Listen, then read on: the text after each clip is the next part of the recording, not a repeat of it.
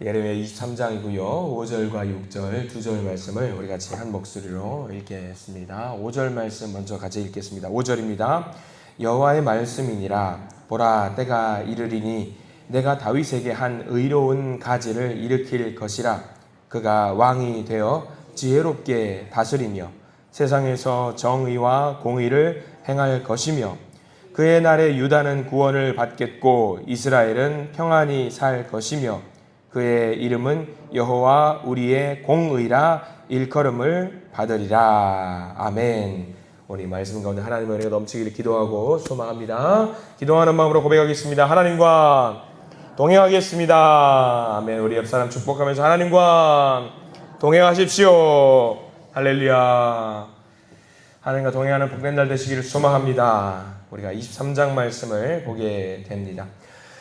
성경 말씀을 볼 때 그런 생각이 들 때가 많이 있습니다. 하나님의 백성들을 살리기 위해서 부단히 노력하시는 하나님의 음성들이, 하나님의 그 어떤 기록들이 성경에 장면 기록이 되어 있는데요. 성경에는 사실 여러 장르들이 기록이 되어 있어요. 장세기도 있겠고요, 사사기, 사무엘, 열왕기, 역대하, 이런 여러 가지 서사가 있는 말씀들, 이야기가 있는 말씀들은 보면 재미있어요. 역사가 좀 재미있을 때가 많이 있어요. TV 드라마를 보는 것처럼 재미있는데 이상하게도 예언서라든가 선지서 말씀들을 보고 있으면요, 다들 좀 표정들이 어두워지고 좀 과묵해지고 조금 힘들어하고 그런 모습들이 있어요. 왜냐하면 혼내는 이야기니까요.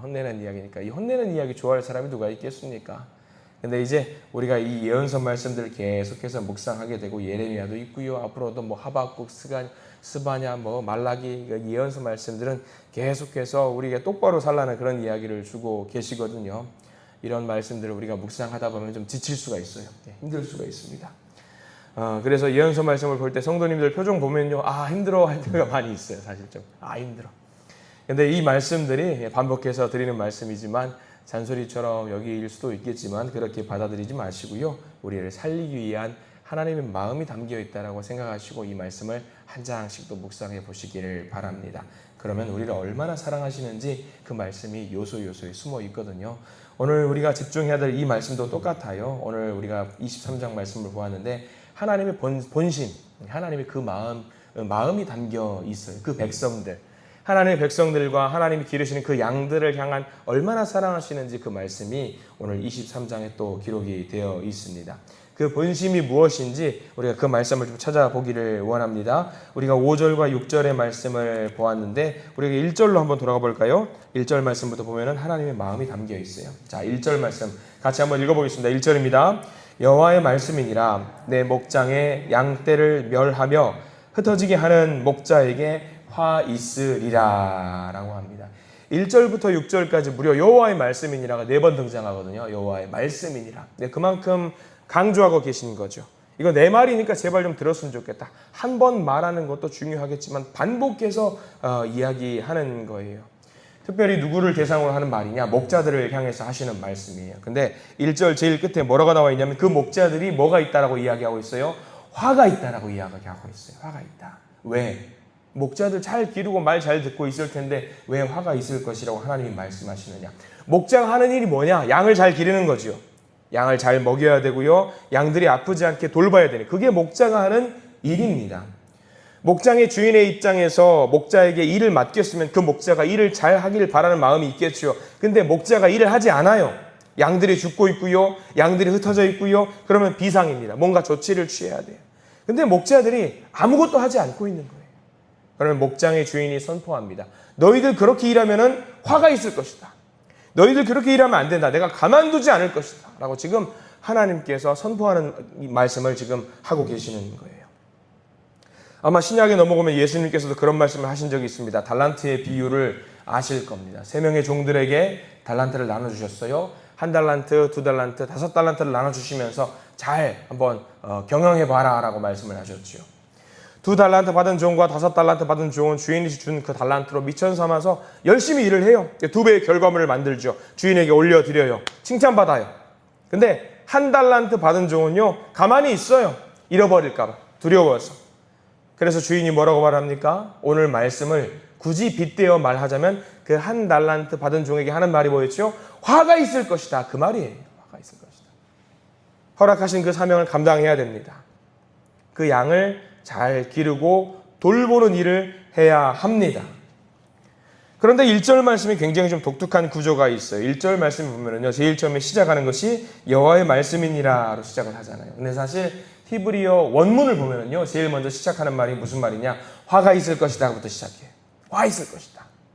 여호와의 말씀이니라가 아니라 화가 있을 것이다. 화가 나신 거예요, 하나님이. 너희들 똑바로 하지 않으니까 화를 내시는 그 말씀부터 시작하시는 거죠.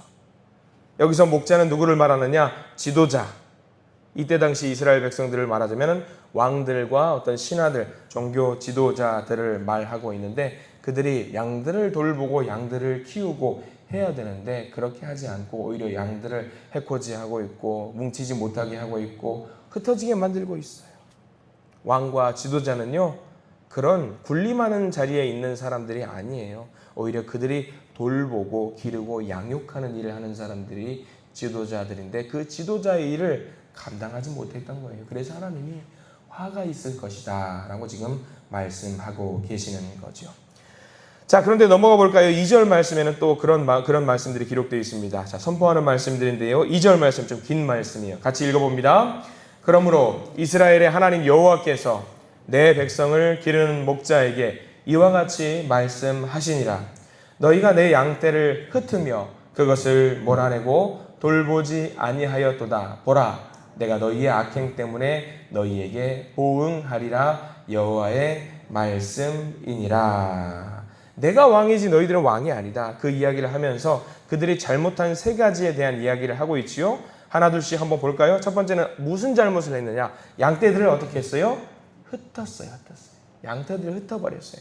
양들이 흩어지면 살 수가 없어요. 뭉쳐 있어야 되는 거예요. 무조건 뭉쳐 있어야 돼요. 한 마리가 힘이 없기 때문에, 연약하기 때문에 그들은 무조건 뭉쳐 있어야 되는데 그 양떼들을 흩어버렸어요. 첫 번째 잘못이죠. 두 번째요, 그것을 몰아냈어요. 그 적당한 목초지라든가 그 목장 안에 있게 만들어야 되는데 그들을 몰아내버렸습니다. 목자들이 그러면 안 되지요. 그리고 마지막 잘못은 뭐죠? 돌보지 아니하였다라고 나와 있어요. 세 가지죠. 뭉치게 하고 잘 인도하고 돌봐도 부족한 판국에 오히려 양들이 살기 어렵게 만들었던 사람들이 왕들과 신하들과 지도자들이었습니다. 자신이 해야 될 일을 잘 감당하지 못했습니다. 여러분들이 목장의 주인입니다. 그럼 어떻게 하시겠습니까? 2절 끝자락에 나와 있죠. 여기 표시하십시오. 보응하리라. 여기 동그라미 표시하십시오. 보응하리라. 그 결과를 보시고 하나님이 보응하시겠다는 거예요. 목자들에게 맡겨도, 그 전문가들에게 일을 맡겨도 일이 안 되면 어떻게 해야 돼요? 다 몰아내야죠. 그러면 이제 직접 하는 거예요. 지금 이제 하나님이 그 백성들을 사랑하는 마음을 모아서 이 목자들을 몰아내고 이제 무엇을 하시는가? 직접 하셔요. 직접. 3절 말씀 나와 있습니다. 우리 3절 읽어보겠습니다. 3절입니다. 시작. 내가 내 양떼에 남은 것을 그 몰려갔던 모든 지방에서 모아 다시 그 우리로 돌아오게 하리니 그들의 생육이 번성할 것이며. 3절은 다 밑줄 그으십시오. 하나님이 그 백성들을 얼마나 사랑하시는지가 기록이 되어 있어요. 이제 목자들에게 맡기지 않으세요. 안 되겠다 싶으시니까 지금 뭐 하는 거예요? 이제 내가 직접 하겠다. 목자들에게 맡기지 않겠다. 그들을 돌보는 일, 그들을 키우는 일, 그들을 뭉치게 만드는 일을 직접 하시겠다라고 하는 거예요. 여기 1절부터 이 3절, 4절까지 이르러서는 아까 말씀의 서두에서 드렸던 것처럼 하나님이 그 백성들을 얼마나 사랑하시는지가 나와요. 다시 1절 한번 돌아가 보세요. 자, 표시를 해 두셔야 될 분이 또 있는데 1절 보면은 쭉 보면은 어떤 말씀이 있냐? 눈으로 한번 보십시오. 내 목장의 양떼에다가 동그라미 표시를 해 보세요. 내 목장의 양떼. 여기 있는 목장의 양떼가 남의 양떼가 아니라 누구의 양떼라고 말씀하시는 거냐면 내 양떼예요. 내 거예요. 내 거. 내 양떼. 내. 2절에는 어디다 표시를 할까요? 쭉 한번 눈으로 보실래요? 2절 한번. 그러므로 이스라엘 하나님 여호와께서는 내 백성이라고 했어요. 내 백성. 내 백성을 기르는 목자에게 이와 같이 말씀하시니라. 너희가 내 양떼를 흩으며. 자, 여기 내 양떼 나오죠. 다른 사람의 양떼가 아니라는 거예요. 이 양은 내 거라는 거예요. 내 거. 내 거라는 거. 3절도 보실래요? 3절에도 그 귀한 말씀이 있어요. 3절도 내가 내 양떼에 남은 것을. 내 양떼. 흩어져 버렸지만 사방팔방으로 흩어져서 어디 있는지 모르겠지만 그 양떼들을 찾는 거예요. 왜? 그 양떼는 누구 거기 때문에? 내 거기 때문에. 남의 것이 아니에요. 내 거예요. 내 소유예요. 남의 거는 중요하지 않지요. 그러나 내 거는요, 어떻게든 찾아와야 돼요. 하나님의 마음이 담겨 있는 거예요. 내 거를 잘 기르고 돌보라고 했는데 그게 흩어지고 병들고 그러면 주인이 무슨 생각을 하겠습니까? 여기까지만 봐도 하나님께서 지도자들을 향해서 화 있을 거야 라고 하시는 말씀이 이해가 돼요. 분노하시는 것이 당연합니다. 이렇게 분노하시는 것이 정상이고요. 이렇게 반응을 하는 것이 진짜 목자입니다. 참 목자예요. 우리 하나님이 진짜 목자가 되시는 거죠. 그 하나님의 백성들을 정말 사랑하시는 말씀이 1절부터 4절 말씀에 이렇게 기록이 되어 있는 거죠. 그래서 그 백성들, 그 양떼들을 함부로 하는 사람들을 절대로 가만두지 않으십니다. 왜냐하면 우리는 그만큼 소중하기 때문이에요. 소중하기 때문에. 자, 우리가 세상 살면서 억울한 일 당할 때가 있습니다. 분할 때도 있고요. 화가 날 때도 있죠. 그러나 걱정하지 마십시오. 하나님은요, 그 양떼들을 가만두지 않으셔요. 왜냐하면 그 양떼들과 백성들이 누구 거니까? 하나님 것이기 때문에, 내 거니까 하나님께서 가만두지 않으셔요. 자, 그래서 이제 어떻게 하실까? 진짜 목장의 주인, 진짜 목자가 나타날 것을 예언하고 있는 말씀이 5절 말씀과 6절 말씀. 자, 우리가 1, 2, 3, 4절 말씀을 착안해서 이제 5절과 6절 말씀을 들으면 이제 이해가 됩니다. 자, 5절 말씀 같이 한번 읽어보겠습니다. 5절입니다. 여호와의 말씀이니라. 보라, 때가 이르리니 내가 다윗에게 한 의로운 가지를 일으킬 것이라. 그가 왕이 되어 지혜롭게 다스리며 세상에서 정의와 공의를 행할 것이며. 자, 이 5절 말씀은 예언 말씀인데 누구를 염두에 두는 그런 말씀인지 아시겠죠? 누구죠? 예수 그리스도를 염두에 두고 하는 말씀이에요. 직접 등판하시는 거예요. 끝판왕이 직접 등판하셔서 내가 다스리겠다라고 말씀하시는 부분이죠. 다윗에게 한 의로운 가지, 그리고 그가 왕이 되어, 이런 말씀은 이제 예수님을 예언하고 있는 말이고요. 그 등장하시는 앞으로 나타나실 예수님께서 무엇을 하실 것인지 알려주시는 말씀이 6절 말씀, 마지막 결론에 해당되는 말씀이에요. 자, 6절 말씀 읽어봅니다. 그의 날에 유다는 구원을 받겠고 이스라엘은 평안히 살 것이며 그의 이름은 여호와 우리의 공의라 일컬음을 받으리라. 아멘. 다 망했고, 이스라엘도 망했고 유다도 망했고 그 양들이 다 흩어져 버렸고 끌려갔고 그랬지만 다시 회복이 될 텐데 누구로 말미암아? 예수 그리스도로 말미암아 이 모든 것이 다 회복될 것이다.